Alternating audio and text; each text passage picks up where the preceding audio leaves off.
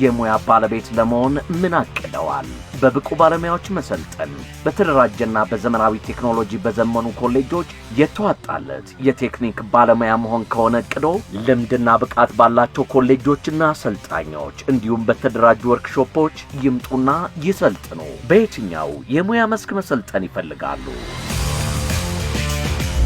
በአውቶሞቲቭ ቴክኖሎጂ፣ በኤሌክትሪካል ኤሌክትሮኒክስ፣ በሜታል ማኑፋክቸሪንግ ቴክኖሎጂ፣ በአውትዶር ቴክኖሎጂ፣ በባዮሜዲካል ቴክኖሎጂ በተጨማሪም በተለያዩ የሙያ ዘርፎች ይምጡና ይሰልጥኑ። የአዲስ አበባ ስራና ክህሎት ቢሮ በ2018 በቴክኒክና ሙያ የሙያ መስኮች እንዲሰለጥኑ ጥሪውን ያቀረበ በርካቶች ከስልጠና በኋላ የተዋጣላቸው የሙያ ባለቤትን ከማድረግ ባሻገር በርካታ የሥራ ዕድሎችን በመፍጠር ወደ ሥራ ማሰማራቱ የሚታወቅ ሲሆን በቀጣይም ሰልጣኞች የሥራ ባለቤት የሚያደርግ መሆኑን ሲገልጽ በታላቅ ደስታ ነው። የዘንድሮውን የቴክኒክና ሙያ ቅበላ ለየት የሚያደርገው በሚወዱት የሙያ መስክ እንዲሰለጥኑ የሳይኮሜትሪክ የመግቢያ ፈተና መስጠቱ ነው።